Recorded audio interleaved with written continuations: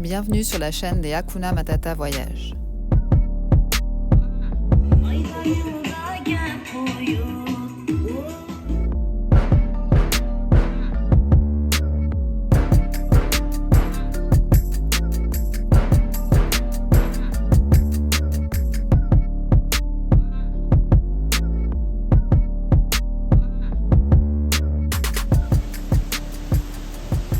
Une famille suisse décide de tout quitter. Nomade depuis 2019, on a décidé que chaque jour serait différent et d'aller découvrir le monde.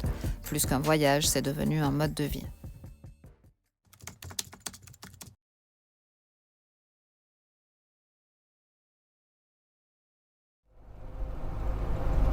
Là, il y avait juste là des gens. Là où on était, il y en avait beaucoup. C'est la ville frontière.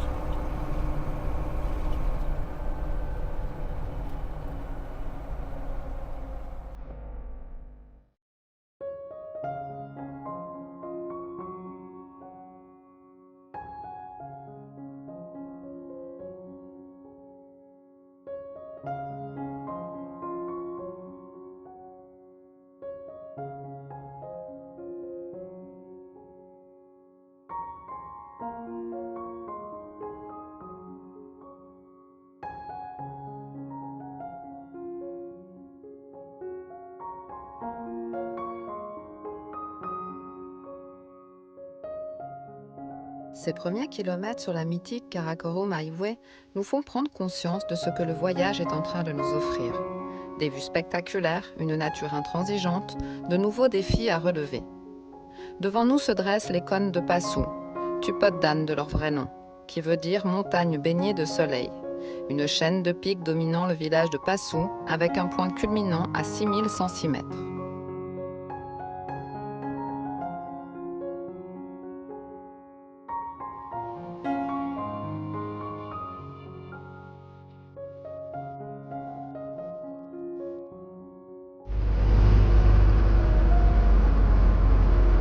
Avec le soleil là, c'est beau.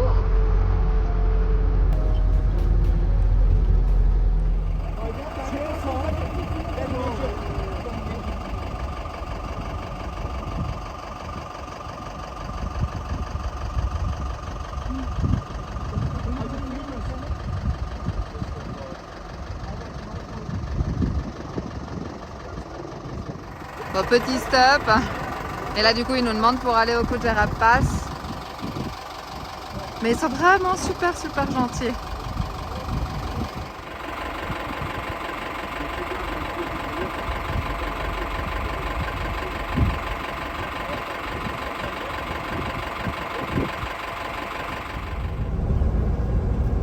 Wow. C'est la région Rhône. Elle est plus grande quand même la ville là. Il y a une mosquée.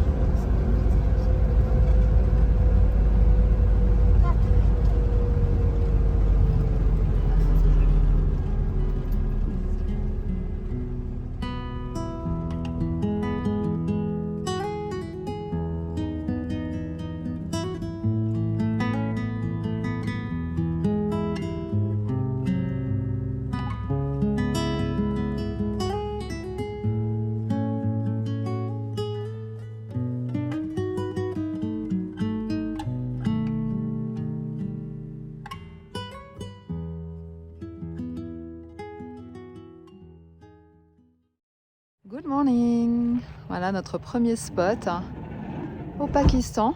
On devait retrouver les copains en fait sur un parking d'hôtel pour faire un repas tous ensemble. Puis en fait, on n'a pas trouvé de carte SIM parce que c'est pas possible dans le nord du Pakistan, en tout cas là où on est actuellement. Et par hasard, nous on a demandé à côté d'un resort, enfin chez l'habitant, si on pouvait se poser à côté. Et puis qui c'est qu'on a retrouvé? Eh ben on a retrouvé les Indos. Donc on va aller boire un petit café avec eux et on va te montrer où c'est qu'on est. Alors nous on a dormi jusque là, juste derrière c'est le resort justement. Et ça c'est notre vue, la vue qu'on avait depuis notre chambre. Donc quand même plutôt sympa pour un premier spot.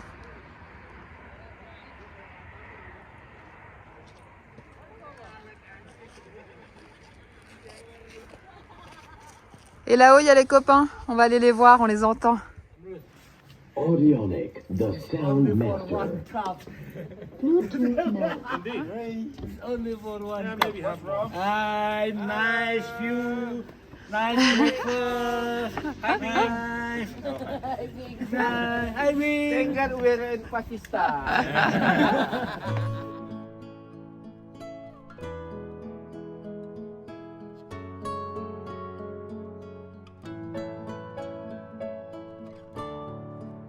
Le lac Atabad est situé dans la région du Gojal du district de Hunza à Gilgit-Baltistan.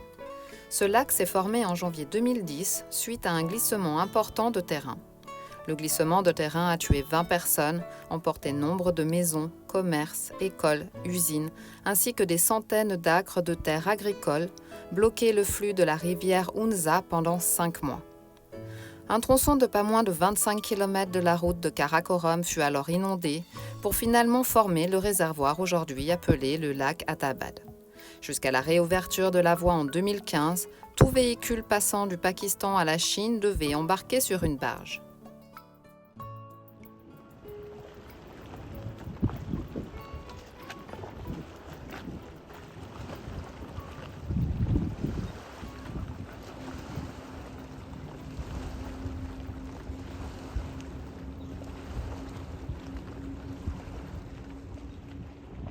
Petite balade qui fait vraiment du bien. J'ai l'impression que ça fait une éternité qu'on n'a pas fait ça. Et là, franchement, ça fait trop plaisir.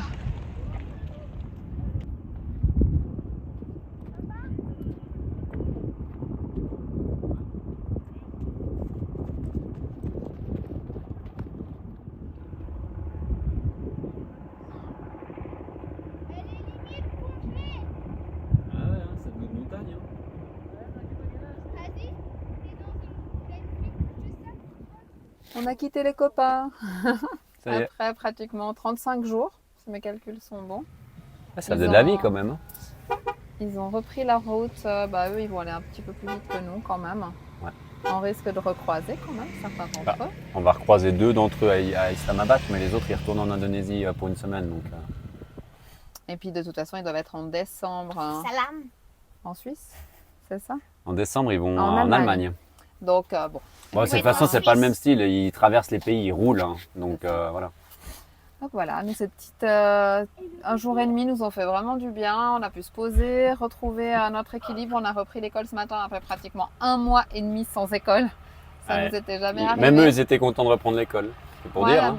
On a une routine quand même le matin, effectivement. On fait l'école, on apprend le thaï, l'anglais. Sylvain fait les vidéos et ça fait du bien. En fait, on n'est pas toujours en mouvement. Autrement, ce ne serait pas possible sur du long terme. Donc là, on était vraiment tous contents ce matin de reprendre le chemin de l'école. Là, on traverse vraiment des paysages qui sont magnifiques.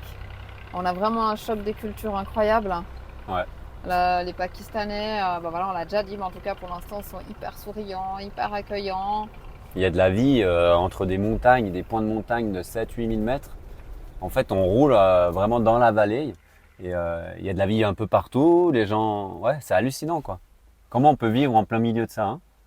Ouais. Et en fait, ouais, il y a des structures et tout, c'est assez impressionnant. Comme je disais à Bruce, un des Indos, là, je disais c'est vrai que moi j'aime quand c'est freestyle. En fait, en Thaïlande, c'est hyper soft, mais c'est quand même freestyle. T'as toujours un peu partout. Le Laos, c'est un peu pareil. Et moi, c'est ce que j'aime beaucoup en voyage. Et bien là, je suis servie. Et là, il y a de quoi faire. Ouais. Nous profitons de notre premier bivouac au Pakistan avec comme un sentiment de retrouver notre liberté. Après 2 nuits au bord de ce lac magnifique, niché entre les sommets de la chaîne de montagnes du Karakorum, nous reprenons la route. Chef-d'œuvre d'ingénierie, la nouvelle route comprend plusieurs ponts et 5 tunnels, dont le plus long disparaît dans le roc sur quelques 3360 mètres. On les appelle également tunnels de l'amitié pakistano-chinoise.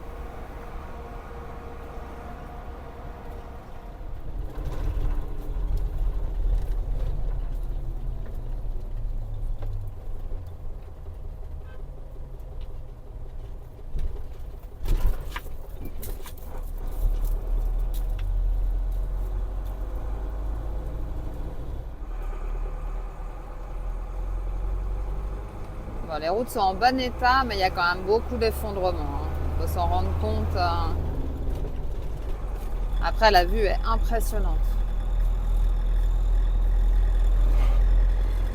Des gens gens avec des touristes devant. Et là-bas, la vue au fond. Hein. Wow.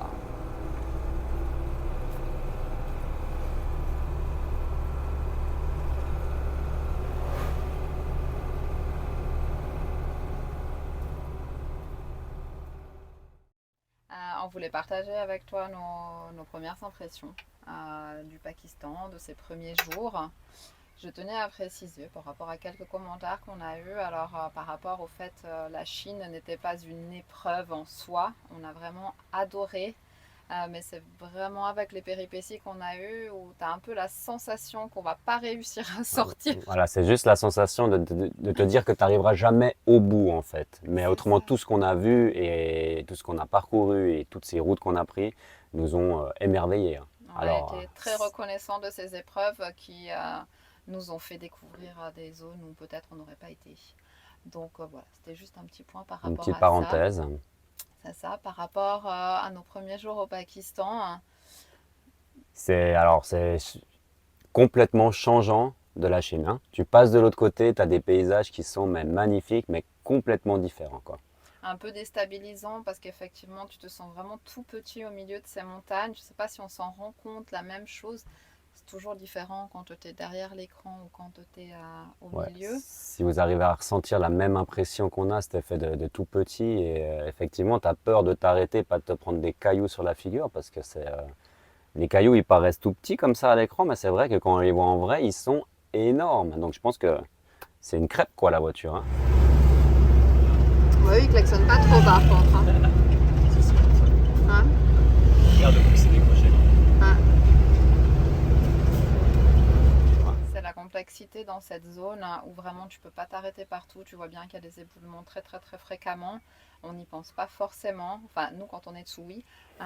Mais voilà, à chaque fois que tu dois te poser, que ce soit pour manger, que ce soit pour dormir, tu sais que c'est vraiment un facteur à prendre en compte parce que ça peut être très dangereux. Et c'est super compliqué de trouver une place parce qu'en fait, dès que tu t'arrêtes, en fait, tu es en bordure de ces montagnes, hein, vu qu'elles t'entourent continuellement sur toute la route qu'on va prendre en descendant dans la vallée. On sera accompagné de ces montagnes et par moments des plateaux qui sont super sympas. Tu verras, la végétation change parce que forcément, tu as des sommets à 7000 mètres autour de toi qui t'accompagnent. Et dans le fond de la vallée, tu as des eaux turquoises avec des arbres, une végétation magnifique et des petits villages. Il y a vraiment un contraste de végétation qu'on n'avait jamais vu nulle part ailleurs, entre cette aridité des montagnes et du coup après de la végétation, donc voilà, qui offre des paysages juste magnifiques. Et tu verras, ça, montagne, paysage, eau, c'est vraiment tac tac tac, c'est structuré quoi, c'est incroyable. Hein, c'est vraiment grandiose. Il y a aussi les routes, quand même, les routes pakistanaises sont connues dans le monde entier et franchement, c'est pas un mythe. C'est pas un mythe. Les émissions sur les routes de l'impossible, c'est vraiment pareil, déstabilisant à nouveau. Hein.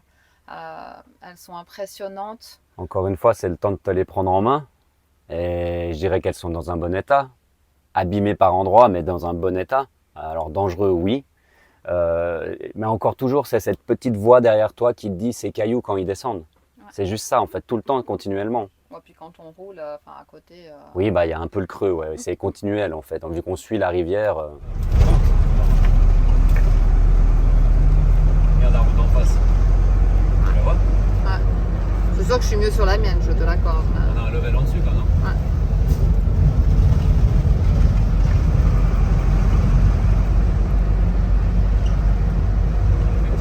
L'apprentissage pour moi, la montagne aussi. Ça va mieux là quand même. Ouais, les routes qu'on a sur c'est pas flanc de falaise. Hein. Bah si, justement, ça a flanc de falaise. Il y a des moments où je dois avoir 300 mètres de vide dessous, dans le virage. En plus, on roule à la bonne taille, donc on est au bord. Hop là.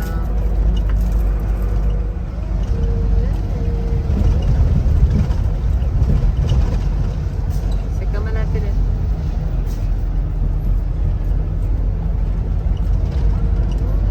On n'est pas à la télé. On n'est pas à la télé.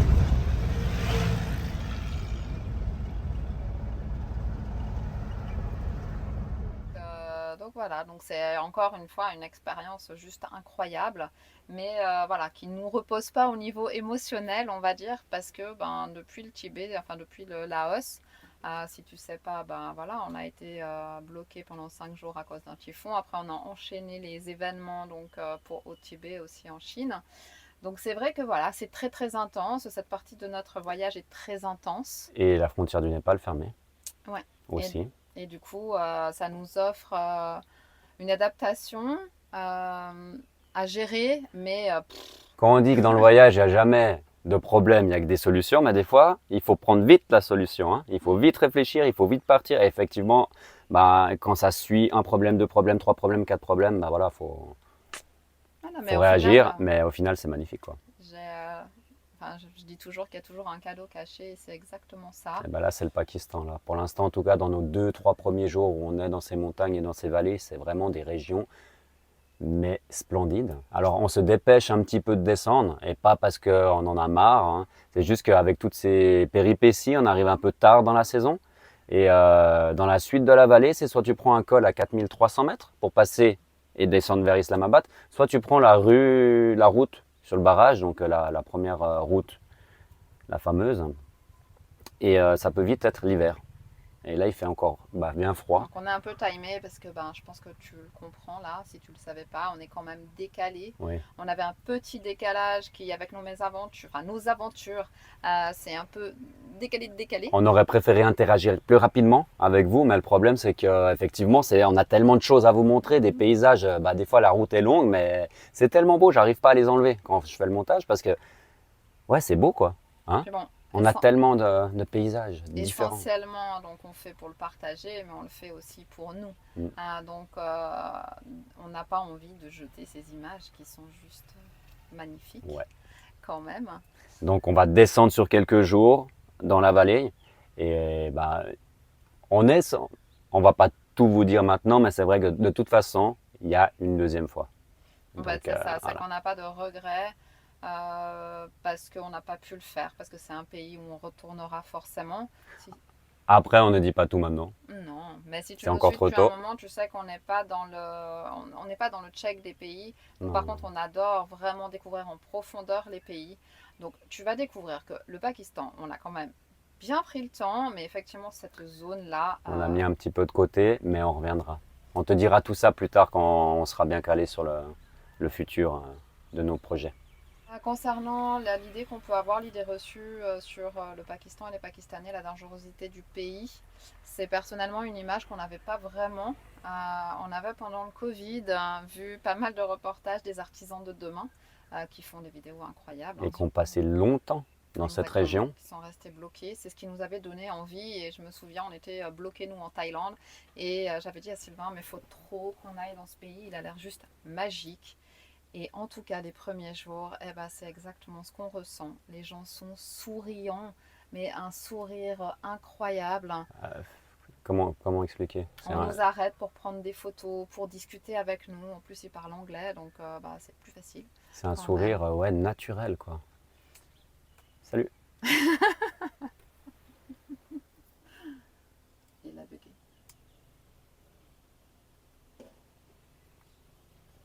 J'espère qu'il est bon. Bon, on te reprend, ça fait tout.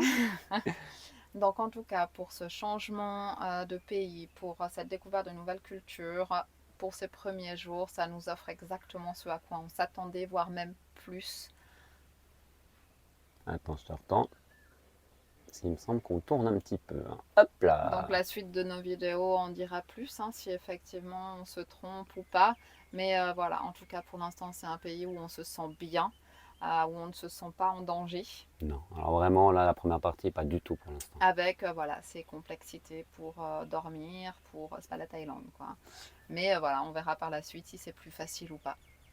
On a commencé à traverser quelques villages. Oui, donc on peut voir un petit peu les gens, comme ils vivent, les transports, parce que ça aussi, hein, les chargements, c'est tout à son pays. Hein. En Thaïlande, c'est différent, au Cambodge. Et je pense qu'on va pas être déçu au Pakistan.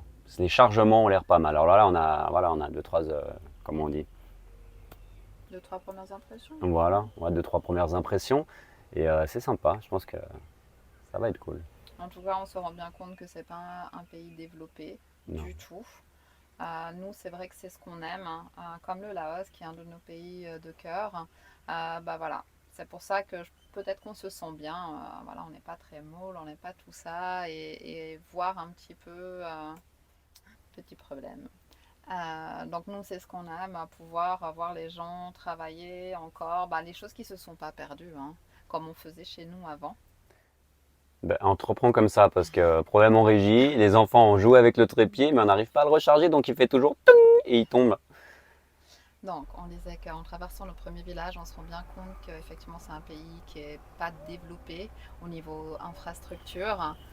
Et nous, c'est ce qu'on aime, découvrir un petit peu les méthodes ancestrales, on va dire. Et on se rend bien compte qu'au Pakistan, ils travaillent encore à l'ancienne, comme À avant. l'ancienne, ouais, il y a le problème et la solution, mais c'est surtout pas ils commandent et ils changent quoi. Ils font vraiment, ils vont trouver la solution par rapport au problème et ça on adore quoi. Ça met de la vie en fait. C'est ça. Ça met de la vie dans le village, tu verras, il y a des chargements qui sont cool. Je sais pas, c'est vraiment. Quand tu traverses des villages comme ça vit quoi. Tu peux regarder partout, à droite, à gauche. Tu pourrais même t'asseoir à côté hein, et puis passer 1 heure à observer juste. Hein. Donc laisse-nous toi un commentaire dans ces premières vidéos, bah, tes impressions, tes ressentis. Bah. Est-ce que ça t'enlève peut-être des préjugés? Ouais. Peut-être pas encore parce que c'est le début. C'est il y a que le encore début, beaucoup de hein. choses.